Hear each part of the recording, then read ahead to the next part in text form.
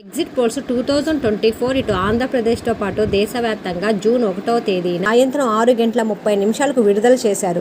వివిధ మీడియా హౌస్లు, సర్వే సంస్థలు ప్రజల నుండి అభిప్రాయాలను సేకరించి ఎగ్జిట్ పోల్స్ను విడుదల చేశారు.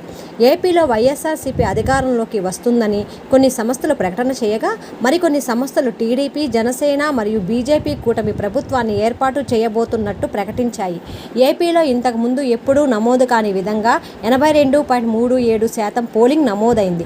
ఓట్ల లెక్కింపు గడువు సమీపిస్తున్న కొద్దీ ఏపీలో ఉత్కంఠభరిత వాతావరణం నెలకొంది. అందరి దృష్టి జూన్ 4 జరిగే కౌంటింగ్ మీదే ఉంది. To the benefit primarily of the TDP, but also the JSP and also the Bharatiya Janata Party, which is expected to improve its tally, with the exit poll prediction saying the Congress still gets a fat zero in Andhra Pradesh, which means that the NDA here is knocking down 8